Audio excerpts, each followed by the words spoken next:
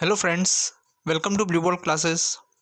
दोस्तों, आप सभी का बहुत बहुत स्वागत है ब्लू बोर्ड क्लासेस के इस ऑनलाइन यूट्यूब प्लेटफॉर्म पर, जहां मैं अंकित शर्मा एक बार फिर से हाजिर हूं परीक्षा उपयोगी एक और नई महत्वपूर्ण सीरीज़ लेकर। दोस्तों, आज से हम शुरुआत करने जा रहे हैं करंट अफेयर्स की वार्षिकांक सीरीज़ की। इस सीरीज़ में हम जनवरी 2023 से लेकर अप्रैल 2024 तक के सारे महत्वपूर्ण करंट अफेयर्स को कवर करेंगे। लगभग 10 से 12 क्लासेस इस सीरीज़ में होंगी और मेरा यह प्रयास रहेगा कि आपको पूरा जो 1.5 वर्ष का करंट अफेयर्स है, जो आपको आपकी आने वाली प्रतियोगी परीक्षाओं में काफ़ी महत्वपूर्ण साबित होगा, आपको इस प्लेटफॉर्म पर उपलब्ध करवा सकूं। दोस्तों, हम सभी ये बड़े अच्छे से जानते हैं कि चाहे कोई भी प्रतियोगी परीक्षा हो, चाहे वो एक दिवसीय हो या पीएससी जैसी अलग अलग चरणों में होने वाली परीक्षाएं हो ना, चाहे वो केंद्र सरकार की हो या राज्य सरकार की हो, हर प्रतियोगी परीक्षा में करंट अफेयर्स का जो महत्व है वो दिन प्रतिदिन बढ़ता जा रहा है। क्योंकि आज की तारीख में गवर्नमेंट चाहती है कि उसके जो एम्प्लॉय हैं वो अप टू डेट रहे, और यही रीज़न है कि हमें हमारी प्रतियोगी परीक्षाओं में करंट अफेयर्स से जुड़ी हुई चीज़ें देखने को मिलती है। दोस्तों, जैसा कि हम सभी जानते हैं, अभी चुनाव का समय चल रहा है, पूरे देश में चुनाव का माहौल है।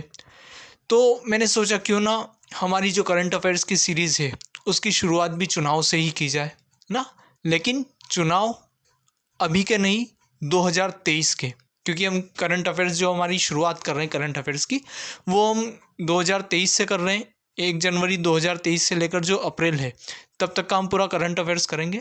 तो आज की इस क्लास में दोस्तों हम देखने वाले हैं कि साल 2023 में किन किन राज्यों में विधानसभा के चुनाव हुए और उनमें कौन जीता, कौन हारा, कौन वहाँ पर सरकार बनाकर मुख्यमंत्री बना है, किस तरह के हमको परिवर्तन देखने को मिले। उन सारी चीज़ों को आज की इस क्लास में मैंने समेटने की कोशिश की है, और वो सारे महत्वपूर्ण बिंदु जहाँ से आपकी आगामी प्रतियोगी परीक्षाओं में आपको प्रश्न देखने को मिल सकते हैं, वो सभी मैंने आज की इस क्लास में इकट्ठा करने की कोशिश की है। तो आइए दोस्तों, बिना किसी देर के हम आज की अपनी इस क्लास की शुरुआत करते हैं, जिसका टाइटल है विधानसभा चुनाव 2023। साल 2023 में कुल 9 राज्यों में विधानसभा के चुनाव हुए, जिनमें से 6 राज्यों में बीजेपी या उसके सहायक दलों यानी एनडीए गठबंधन ने सरकार बनाई, जबकि 2 राज्यों में कांग्रेस की सरकार बनी और एक राज्य में वहाँ के स्थानीय दल ने अपनी सरकार बनाई। दोस्तों, यदि हम बात करें साल 2023 की ना, वैसे तो भारत में ऐसा कोई साल नहीं होता है जब कहीं ना कहीं किसी न किसी प्रकार के चुनाव ना हो रहे हो ना। कभी लोकसभा के, कभी विधानसभा के, कभी नगर पालिकाओं के, कभी पंचायत के। हर साल आपको देश में कहीं ना कहीं किसी न किसी प्रकार का चुनाव होते हुए दिखाई ही देगा। लेकिन यदि हम बात करें साल 2023 में, तो साल 2023 में 9 महत्वपूर्ण विधानसभाएं जो हैं वहाँ पर चुनाव हुए, 9 राज्यों में चुनाव हुए थे। अब यदि आप करंट अफेयर्स की अलग अलग बुक्स उठाकर देखेंगे तो वहाँ पर आपको सिर्फ एक ही शोर दिखाई देगा, 5 राज्यों में विधानसभा चुनाव। बाकी जो राज्य हैं उनके बारे में इतना आपको जिक्र नहीं मिलेगा। और एक प्रतियोगी परीक्षा का अभ्यर्थी होने के नाते हमारे लिए ज़रूरी है कि हमें हर एक पॉइंट बड़े अच्छे से पता होना चाहिए। तो सिर्फ 5 राज्यों के चुनाव नहीं, याद रखिएगा साल 2023 में 9 राज्यों में विधानसभा के चुनाव हुए थे, इसको नोट डाउन कर लीजिएगा। जिसमें से 6 राज्यों में बीजेपी या उसके सहायक दलों ने, 2 राज्यों में कांग्रेस ने और एक राज्य में वहाँ की जो लोकल पार्टी है उसके द्वारा क्या बनाई गई, सरकार बनाई गई। तो आइए दोस्तों, अब हम एक एक करके इन 9 राज्यों के और इनके चुनाव के बारे में विस्तृत चर्चा करते हैं। साल 2023 की शुरुआत होती है पूर्वोत्तर के 3 राज्यों त्रिपुरा, मेघालय और नागालैंड के चुनावों के साथ। आइए सबसे पहले हम देखते हैं त्रिपुरा के बारे में।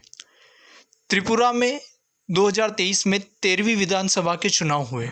एक चीज़ और मैं आपको यहाँ कहूँगा दोस्तों, ये ज़रूर याद रखिएगा कि जो चुनाव हो रहे हैं, चाहे लोकसभा के हो या विधानसभा के हो, वो कौन सी नंबर की लोकसभा या विधानसभा के चुनाव हो रहे हैं, ये आपको याद रखना बहुत ज़्यादा ज़रूरी है, आपको पता होना चाहिए। सिर्फ एक प्रतियोगी परीक्षा के अभ्यर्थी होने के नाते ही नहीं, बल्कि एक जागरूक नागरिक होने के नाते भी हमें पता होना चाहिए कि हमारे देश में या प्रदेश में जो विधानसभा और लोकसभा के चुनाव है वो कौन से नंबर के हैं। इससे आपको पता चलेगा कि कितने साल और कितनी सरकारें अब तक देश और राज्य में कंप्लीट हो चुकी है। फॉर एग्जांपल, जैसे अभी लोकसभा चुनाव का दौर है, पर बहुत कम लोग होंगे जिन्हें ये पता होगा कि कौन से नंबर की लोकसभा के चुनाव होने वाले हैं। और एक क्वेश्चन अब यहाँ सभी आप अभ्यर्थियों के रूप में कि आप बताइए, ये जो लोकसभा के चुनाव हो रहे हैं अभी 2024 में, ये कौन सी लोकसभा के चुनाव होने वाले हैं? कमेंट में अपने आंसर ज़रूर लिखिएगा अगर पता हो तो, और नहीं पता हो तो पता कीजिएगा। चलिए दोस्तों, बात करते हैं त्रिपुरा की। तो त्रिपुरा में विधानसभा की कुल 60 सीटें हैं और यहाँ पर बहुमत के लिए 31 सीटों का होना ज़रूरी है। त्रिपुरा के विधानसभा चुनाव के लिए मतदान 16 फरवरी 2023 को हुआ था और इसकी मतगणना 2 मार्च 2023 को की गई। इस मतगणना के बाद जो परिणाम आए उसमें बीजेपी को 32 सीटें, टीएमपी 13 सीटें, सीपीआईएम को 11 सीटें, कांग्रेस को 3 सीटें और आईपीएफटी को 1 सीट प्राप्त हुई। इस प्रकार बीजेपी ने अकेले ही जो त्रिपुरा है वहाँ पर बहुमत हासिल कर लिया और श्री मानिक साहा जो बीजेपी के हैं उन्हें मुख्यमंत्री बनाया गया। यदि बात करें वहाँ पर वर्तमान राज्यपाल की, तो श्री इंदरसेन रेड्डी नल्लू जो है वहाँ पर वर्तमान में राज्यपाल हैं। अब यदि दोस्तों आप इस मैप को यदि ध्यान से देखेंगे तो यहाँ पर आप देखेंगे कि जो केसरिया कलर से दर्शाई गई है वो बीजेपी की सीट है जो 32 है। उसके बाद जो आपको पीले कलर में दिखाई दे रही है वो त्रिपुरा मोर्चा पार्टी की सीटें हैं जो संख्या में 13 है। अगर आप देखेंगे जो लाल कलर में दिख रही है वो communist party of India Marxist की सीटें हैं जो 11 हैं। और यहाँ पर इंडियन नेशनल कांग्रेस को 3 सीटें मिली है और एक और जो पार्टी है Indigenous Peoples Front of Tripura उसे 1 सीट यहाँ पर मिली है। तो इस तरह से जो त्रिपुरा का विधानसभा का चुनाव था उसमें बीजेपी 32 सीटों के साथ सबसे बड़ी पार्टी बनी, सबसे बड़ा दल बना और आगे चलकर त्रिपुरा मोर्चा पार्टी ने भी बीजेपी को अपना समर्थन प्रदान किया और Indigenous Peoples Front of Tripura ने भी बीजेपी का साथ दिया और एनडीए के साथ वो शामिल हो गई। तो इस तरह से वर्तमान समय में त्रिपुरा में बीजेपी की मानिक साहा सरकार शासन कर रही है। त्रिपुरा के बाद अब दोस्तों हम बात करते हैं पूर्वोत्तर के दूसरे राज्य मेघालय की। मेघालय में 11वीं विधानसभा के चुनाव इस बार 2023 में हुए थे, जहां पर विधानसभा की 60 सीटें हैं और बहुमत का जो आंकड़ा है वो 31 है। यानी अगर आप देखेंगे तो लगभग त्रिपुरा और मेघालय में विधानसभा की सेम सीटें हैं 60 और दोनों जगह बहुमत का आंकड़ा भी लगभग 31 है। यहाँ मतदान 27 फरवरी 2023 को हुआ था और जो परिणाम हुए जारी वो 2 मार्च 2023 को हुए थे, यानी जिस दिन त्रिपुरा के परिणाम घोषित हुए थे उसी दिन। यहाँ अगर हम सीटों की बात करें तो यहाँ पर सबसे ज़्यादा सीटें जो है यहाँ की लोकल पार्टी एनपीपी ने हासिल करी, उसे 26 सीटें मिली। यूडीएफ को 12 सीटें, टीएमसी को 5 सीटें, कांग्रेस को 5 सीटें, वीपीपी को 4 सीटें, बीजेपी को 2 सीटें जबकि अन्य को 6 सीटें प्राप्त हुई। इस प्रकार यहाँ पर एनपीपी के कॉनराड संगमा मुख्यमंत्री बने। यदि हम बात करें राज्यपाल की तो यहाँ पर श्री फागू चौहान वर्तमान में राज्यपाल हैं। तो यहाँ आप देख सकते हैं कि सबसे ज़्यादा जो 26 सीटें हैं वो एनपीपी यानी नेशनल पीपल्स पार्टी को मिली है। उसके बाद दूसरे नंबर पर यदि हम देखें तो दूसरे नंबर पर जो पार्टी है वो है यूनाइटेड डेमोक्रेटिक पार्टी यानी यूडीपी, जिसे 11 सीटें मिली है। ऑल इंडिया तृणमूल कांग्रेस, इसे 5 सीटें मिली। इंडियन नेशनल कांग्रेस को 5 सीटें। Voice of the people party को 4 सीटें मिली। Hill state people democratic party को 2 सीटें, पीपल्स डेमोक्रेटिक फ्रंट को 2 सीटें, भारतीय जनता पार्टी को 2 सीटें जबकि निर्दलीयों 2 और 1 पर नॉट कंसिडर। यहाँ पर देखा जाए तो नेशनल पीपल्स पार्टी और बीजेपी का जो गठबंधन है एनडीए वो साथ में मिला हुआ है। दैट इज़ द रीज़न यहाँ पर भी अगर आप देखेंगे तो एनडीए गठबंधन यानी बीजेपी की सरकार का गठन हुआ है। त्रिपुरा और मेघालय के बाद यदि अब हम बात करें तो अगला राज्य है नागालैंड। नागालैंड में 2023 में 14वीं विधानसभा के चुनाव हुए थे। यहाँ भी विधानसभा की कुल 60 सीटें हैं और बहुमत का आंकड़ा 31 है। यहाँ पर मतदान 27 फरवरी 2023 को हुए थे और मतगणना यानी परिणाम जो है वो 2 मार्च 2023 को तीनों राज्यों त्रिपुरा, मेघालय और नागालैंड का एक साथ आया था। अगर हम सीटों की बात करें तो यहाँ पर एनडीपीपी पार्टी को 25 सीटें, बीजेपी को 12 सीटें, एनसीपी को 7, एनपीपी को 5, एलजेपी रामविलास को 2 और एनपीएफ को 2 सीटें प्राप्त हुई। इस प्रकार यहाँ पर एनडीपीपी के नेफ्यू रियो मुख्यमंत्री बने। यदि हम बात करें राज्यपाल की तो श्री ला गणेशन यहाँ पर वर्तमान में राज्यपाल हैं। आइए सीटों के इस वितरण को अब हम मैप के जरिए समझते हैं। ये है नागालैंड का मैप। यदि अगर आप देखेंगे तो यहाँ पर आपको सबसे ज़्यादा 25 सीटें एनडीपीपी की देखने को मिलेगी, जो लाल रंग से प्रदर्शित है। उसके बाद केसरिया रंग में आपको बीजेपी की सीटें दिखाई देंगी, जो 12 हैं। एनसीपी की 7 सीटें हल्के नीले कलर में। वहीं एनपीबी की जो सीटें हैं 5, वो आपको हरे कलर में दिखाई दे रही होंगी। एलजेपी रामविलास जो एनडीए का ही घटक है, उसे 2 सीटें प्राप्त हुई। उसी के अलावा अगर हम देखें आरपीए की जो 2 सीटें हैं, 4 निर्दलीय हैं। एनपीएफ की 2 सीटें और जेडीयू की 1 सीट। तो यदि अगर आप देखेंगे तो यहाँ पर भी बीजेपी और एनडीए के जो घटक दल है वो यहाँ पर मौजूद है, और दैट इज़ द रीज़न यहाँ पर जो सरकार बनी है एनडीपीपी, वो बीजेपी के समर्थन से ही बनी है। दैट इज़ द रीज़न यहाँ पर भी जो सरकार बनी है वो एनडीए गठबंधन की सरकार बनी है। पूर्वोत्तर के 3 राज्यों के बाद अगले जो चुनाव हुए वो हुए दक्षिण भारत में सबसे बड़े राज्य कर्नाटक के। कर्नाटक में 17वीं विधानसभा के चुनाव हुए। यदि हम बात करें सीटों की तो कर्नाटक में विधानसभा की कुल 224 सीटें हैं और यहाँ पर बहुमत का आंकड़ा 113 है। यहाँ पर मतदान 10 मई 2023 को हुए थे और मतगणना 13 मई 2023 को हुई। अगर हम बात करें सीटों के बंटवारे की तो कांग्रेस को सबसे ज़्यादा 135 सीटें मिली और कांग्रेस ने अकेले ही अपने दम पर यहाँ पर सरकार का गठन किया।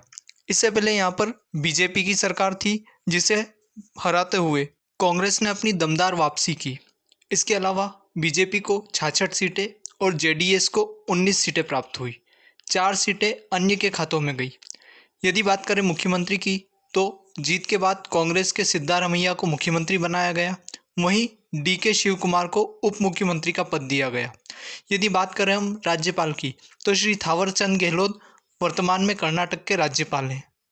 आइए दोस्तों, अब कर्नाटक विधानसभा चुनावों के परिणामों को हम इस मैप के द्वारा समझने की कोशिश करते हैं। यहाँ पर जो हल्का नीला रंग है वो कांग्रेस द्वारा जीती गई सीटों को प्रदर्शित करता है, जबकि केसरिया रंग जो है वो बीजेपी के द्वारा जीती गई सीटों को प्रदर्शित कर रहा है। जो हरा रंग है वो जेडीएस यानी जनता दल सेक्युलर के द्वारा जीती गई सीटों को प्रदर्शित कर रहा है, और जो अन्य है उन्हें डार्क कलर से यहाँ पर प्रदर्शित किया गया है।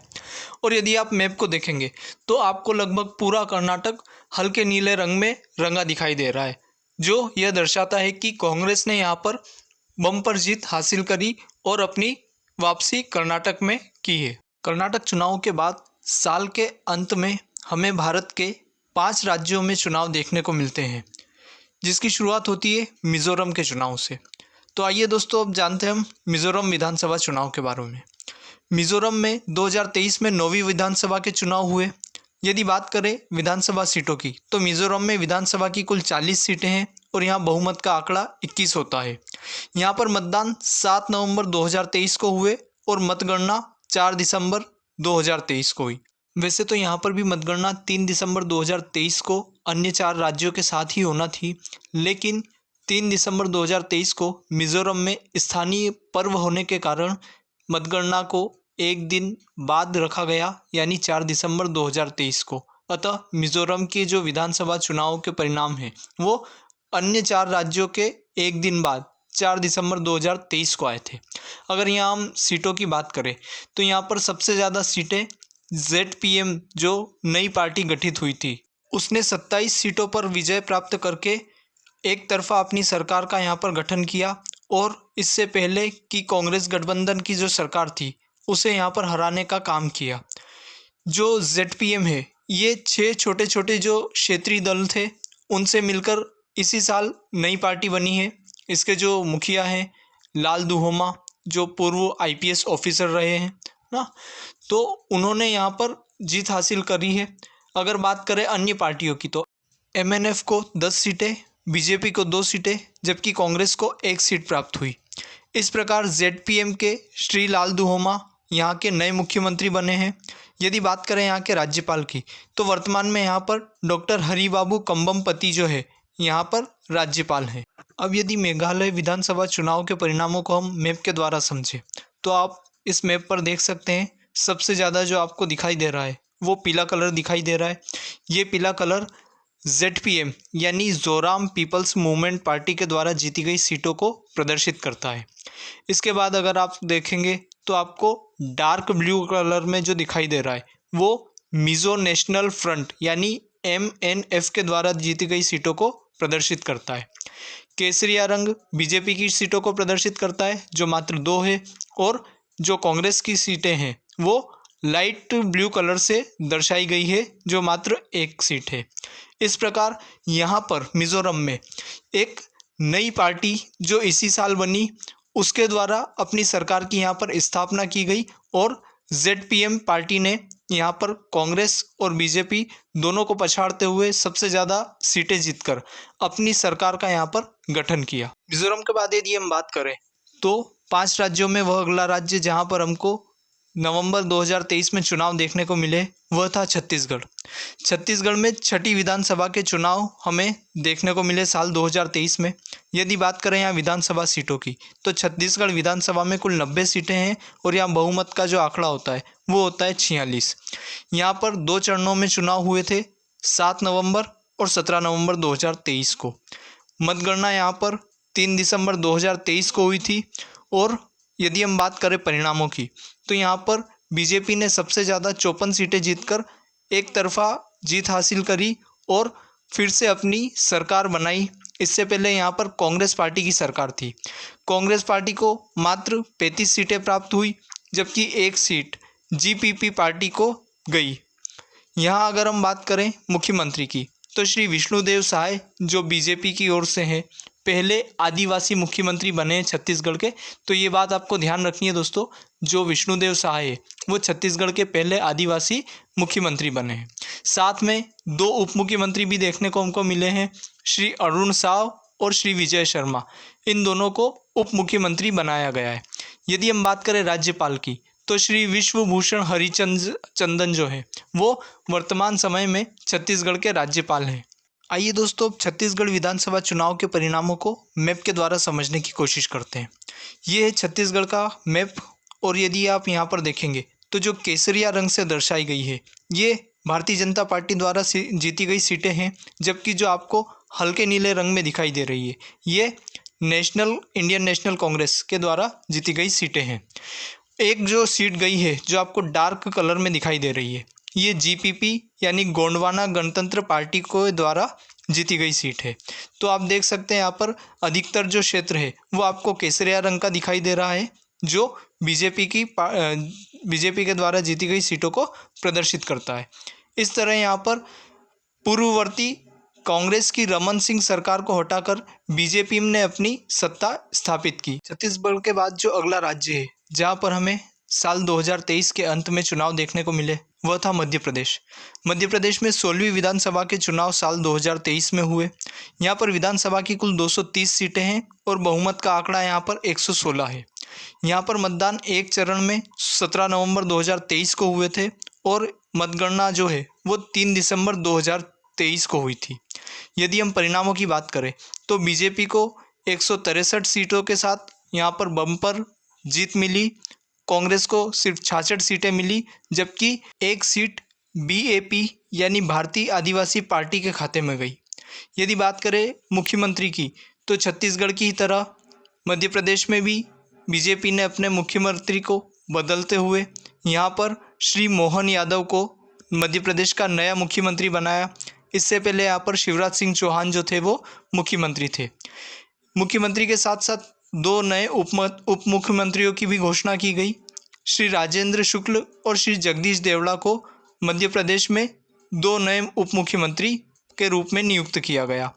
यदि बात करें राज्यपाल की तो श्री मंगूभाई छगनलाल पटेल जो है वो वर्तमान में मध्य प्रदेश के राज्यपाल हैं। मध्य प्रदेश के चुनाव परिणामों को यदि हम मैप के द्वारा समझें तो आप देखेंगे कि लगभग जो पूरा मैप है आपको केसरिया रंग में रंगा हुआ दिखाई देगा ना, और ये केसरिया रंग से रंगी हुई जो सीटें हैं ये बीजेपी के द्वारा जीती गई है, जबकि हल्का नीला रंग जो है वो आपको कांग्रेस द्वारा जीती गई सीटों को दर्शाता है। एक जो सीट है वो BAP यानी भारतीय आदिवासी पार्टी के पास गई है। तो इस तरह से मध्य प्रदेश में एक बार फिर से बीजेपी सरकार स्थापित हुई। मध्य प्रदेश के बाद यदि हम बात करें तो देश का सबसे बड़ा राज्य राजस्थान। राजस्थान में भी साल 2023 में हमें विधानसभा के चुनाव देखने को मिलते हैं। राजस्थान में 16वीं विधानसभा के लिए चुनाव हुए थे। यहाँ पर विधानसभा की कुल 200 सीटें हैं और बहुमत का आंकड़ा यहाँ पर 101 है। यहाँ पर मतदान 25 नवंबर 2023 को हुआ था और मतगणना 3 दिसंबर 2023 को हुई। यदि हम परिणाम की बात करें तो बीजेपी को 115 सीटें मिली और इस तरह बीजेपी ने यहाँ पर फिर से सत्ता में वापसी की। कांग्रेस को 70 सीटें, बीएपी को 3 सीटें, बीएसपी को 2, आरएलपी को 1, आरएलडी को 1, जबकि 8 सीटों पर निर्दलीय उम्मीदवारों ने जीत दर्ज की। यदि बात करें मुख्यमंत्री की तो मध्य प्रदेश की तरह यहाँ पर भी इस बार बीजेपी ने अपने मुख्यमंत्री के चेहरे को बदला और श्री भजनलाल शर्मा को राजस्थान के नए मुख्यमंत्री के रूप में नियुक्त किया गया। साथ ही 2 उप मुख्यमंत्री भी यहाँ पर नियुक्त किए गए और ये 2 उप मुख्यमंत्री हैं श्रीमती दिया कुमारी और श्री प्रेमचंद्र बैरवा। यदि बात करें राज्यपाल की तो श्री कालराज मिश्र वर्तमान समय में राजस्थान के राज्यपाल हैं। यदि राजस्थान विधानसभा के चुनाव को हम मैप के द्वारा समझें तो मैप में आप देखेंगे ज़्यादातर जो आपको इलाका है वो केसरिया रंग में रंगा हुआ दिखेगा, जो कि भारतीय जनता पार्टी के द्वारा जीती गई सीटों को प्रदर्शित करता है। वहीं हल्का नीला रंग कांग्रेस के द्वारा जीती गई सीटों को प्रदर्शित करता है। इसके अलावा हरा रंग जो है वो बीएपी के द्वारा जीती गई सीटों को प्रदर्शित कर रहा है। राजस्थान के बाद यदि अब हम बात करें दोस्तों तो तेलंगाना वह राज्य था जहां 5 राज्यों में हुए विधानसभा चुनाव में सबसे आखिरी चरण में विधानसभा चुनाव हमको देखने को मिले और यही साल 2023 के अंतिम विधानसभा चुनाव थे। तो आइए दोस्तों अब हम जानते हैं तेलंगाना के बारे में। तेलंगाना में साल 2023 में तीसरी विधानसभा के लिए चुनाव हुए थे। जैसा कि हम सभी जानते हैं जो तेलंगाना है उसका गठन साल 2014 में आंध्र प्रदेश से अलग करके किया गया था और यही कारण है कि वर्तमान में तेलंगाना में तीसरी विधानसभा जो है वो कार्यरत है। तो साल 2024 में तेलंगाना में तीसरी विधानसभा के चुनाव हुए थे। यदि बात करें यहाँ पर विधानसभा सीटों की तो तेलंगाना में विधानसभा की 119 सीटें हैं और बहुमत का आंकड़ा यहाँ पर 60 है। यहाँ पर मतदान 30 नवंबर 2023 को हुआ था और मतगणना जो है वो 3 दिसंबर 2023 को हुई। यदि हम बात करें चुनाव परिणामों की तो कांग्रेस को सबसे ज़्यादा 64 सीटें प्राप्त हुई और इस प्रकार तेलंगाना में कांग्रेस ने अपनी सरकार का गठन किया। वहीं इससे पहले जो सरकार में थी यानी टीआरएस, जिसे तेलंगाना राष्ट्र समिति के नाम से जाना जाता था, लेकिन पिछले साल राष्ट्रीय पार्टी बनने के उद्देश्य से उसने अपना नाम परिवर्तित करते हुए बीआरएस यानी भारतीय राष्ट्रीय समिति कर लिया है। उसे मात्र 39 सीटें प्राप्त हुई। राष्ट्रीय पार्टी क्या होती है तथा राष्ट्रीय पार्टी का दर्जा कैसे प्राप्त किया जाता है, इस पर हम अपने आने वाले लेक्चर में चर्चा करेंगे, क्योंकि पिछले साल ही निर्वाचन आयोग ने आम आदमी पार्टी को राष्ट्रीय पार्टी का दर्जा दिया और वहीं टीएमसी और सीपीआईएम से राष्ट्रीय पार्टी का दर्जा छीन लिया। तो इस कारण से राष्ट्रीय पार्टी का जो दर्जा है वह भी सुर्खियों में रहा था। तो अपनी आने वाली क्लास में हम इस टॉपिक पर भी ज़रूर चर्चा करेंगे। वहीं बात करें अगर हम बीजेपी की तो बीजेपी को यहाँ पर 8 सीटें प्राप्त हुई और असदुद्दीन ओवैसी की जो पार्टी है AIMIM उसे यहाँ पर कुल 7 सीटें प्राप्त हुई। इस तरह कांग्रेस ने रेवंत रेड्डी को अपना मुख्यमंत्री यहाँ पर नियुक्त किया। साथ ही श्री मल्लू भट्टी विक्रमार्क को उप मुख्यमंत्री के रूप में नियुक्त किया गया। यदि बात करें राज्यपाल की तो श्री CP राधाकृष्णन तेलंगाना के राज्यपाल हैं। आइए दोस्तों अब तेलंगाना विधानसभा चुनाव के परिणामों को हम मैप के द्वारा समझने की कोशिश करते हैं। यहाँ पर आपको तेलंगाना का मैप दिखाई दे रहा है, जहाँ पर अगर आप देखेंगे तो ज़्यादातर जो आपको दिखाई दे रहा है वो हल्का नीला रंग दिखाई दे रहा है, जो कांग्रेस द्वारा जीती गई सीटों को प्रदर्शित करता है। वहीं अगर आप देखेंगे जो गुलाबी रंग है वो BRS यानी भारतीय राष्ट्र समिति के द्वारा जीती गई जो सीटें हैं उन्हें प्रदर्शित करता है। कुछ जो कलर आपको दिखाई दे रहा है केसरिया कलर, वो बीजेपी के द्वारा जीती गई सीटों को प्रदर्शित करता है, जबकि जो हरा कलर है वो AIMIM के द्वारा जीती गई सीटों को प्रदर्शित करता है। दोस्तों 9 राज्यों के विधानसभा चुनाव को अच्छे से समझने के बाद आइए अब कुछ अन्य महत्वपूर्ण तथ्यों पर भी ध्यान देते हैं, जहां से भी क्वेश्चन बनने की संभावना बनी हुई है। सबसे पहले यदि हम देखें त्रिपुरा में जो विधानसभा चुनाव हुए उसमें 89.96% मतदान दर्ज किया गया। वहीं अगर हम बात करें त्रिपुरा विधानसभा अध्यक्ष की तो विश्वबंधु सेन को त्रिपुरा विधानसभा का अध्यक्ष घोषित किया गया। यदि हम बात करें मेघालय की तो मेघालय में लगभग 86.69% मतदान दर्ज किया गया और प्रिस्टोन टाइन सोंग तथा स्नीम ऑल मलंगधर को मेघालय के उप मुख्यमंत्री के रूप में नियुक्त किया गया है। वहीं अगर हम बात करें मेघालय विधानसभा अध्यक्ष की, तो थॉमस ए संगमा को मेघालय विधानसभा का अध्यक्ष घोषित किया गया है। यदि बात हम करें नागालैंड में, तो नागालैंड में लगभग 86.72% मतदान दर्ज किया गया है। इसके अलावा दोस्तों यदि हम बात करें तो टी.आर. जेलियांग तथा यानबुंगो पेटन को नागालैंड के उप मुख्यमंत्री के रूप में शपथ दिलाई गई है, यानी नागालैंड में भी हमें 2 उप मुख्यमंत्री देखने को मिलते हैं। यदि हम बात करें नागालैंड विधानसभा अध्यक्ष की, तो शेरिंगेन लोंगकुमेर जो हैं वो नागालैंड विधानसभा के अध्यक्ष बनाए गए हैं। अब यहाँ पर एक चीज़ और जो आपको याद रखनी है, ये फर्स्ट टाइम हुआ है कि नागालैंड विधानसभा में कोई महिला विधायक चुनकर गई है ना, तो इसको आप बड़े अच्छे से अंडरलाइन कर लीजिएगा और याद कर लीजिएगा। हेकानी जखालू जो एनडीपीपी पार्टी से आती है, वो नागालैंड के इतिहास में निर्वाचित होने वाली पहली महिला विधायक बन गई है। ये दीमापुर 3rd क्षेत्र से निर्वाचित होकर विधानसभा में पहुंची है। तो ये पॉइंट हमारे लिए बहुत ज़्यादा ज़रूरी है, इसको आप ज़रूर याद रखिएगा। अब यदि हम बात करें कर्नाटक की, तो कर्नाटक में 73.19% मतदान दर्ज किया गया है, जो अब तक के कर्नाटक के मतदान के इतिहास में जो विधानसभा के मतदान हुए हैं उसमें सबसे ज़्यादा मतदान दर्ज हुआ है। यूटी अब्दुल खादर अली फरीद को कर्नाटक विधानसभा का अध्यक्ष चुना गया है, जो कर्नाटक विधानसभा के पहले मुस्लिम अध्यक्ष हैं। तो ये पॉइंट भी आप ज़रूर याद रखिएगा, ये भी एग्ज़ाम के पॉइंट ऑफ व्यू से बहुत ज़्यादा इंपॉर्टेंट पॉइंट हो जाता है। मिज़ोरम की यदि हम बात करें, तो मिज़ोरम में लगभग 80.66% मतदान जो है वो दर्ज किया गया है और मिज़ोरम विधानसभा अध्यक्ष के रूप में लाल बिया कजामा को वहाँ पर का अध्यक्ष नियुक्त किया गया है। यदि हम बात करें छत्तीसगढ़ के, तो छत्तीसगढ़ में 76.31% मतदान दर्ज किया गया और छत्तीसगढ़ विधानसभा चुनाव 2023 के लिए चुनई चिरई को शुभंकर घोषित किया गया था। ये आप साइड में देख सकते हैं, एक चिड़िया है जिसे चुनई चिरई कहा गया है और इसी को छत्तीसगढ़ विधानसभा चुनाव 2023 के लिए शुभंकर बनाया गया था। यदि हम बात करें छत्तीसगढ़ विधानसभा अध्यक्ष की, तो जो बीजेपी के पूर्व मुख्यमंत्री थे छत्तीसगढ़ के रमन सिंह, उन्हें छत्तीसगढ़ विधानसभा का अध्यक्ष बनाया गया है। जैसा कि दोस्तों अभी हमने देखा था कि छत्तीसगढ़ में मुख्यमंत्री के रूप में विष्णुदेव साय ने शपथ ली है, तो यहाँ से हमें ये चीज़ भी याद रखना है कि ये छत्तीसगढ़ के पहले आदिवासी मुख्यमंत्री बने हैं जो कुनकुरी विधानसभा सीट से जीते हैं। यदि हम इनकी विधानसभा सीट देखें तो इनकी विधानसभा सीट का जो नाम है वो है कुनकुरी और ये छत्तीसगढ़ के पहले आदिवासी मुख्यमंत्री है। ये पॉइंट भी आपको याद रखना है।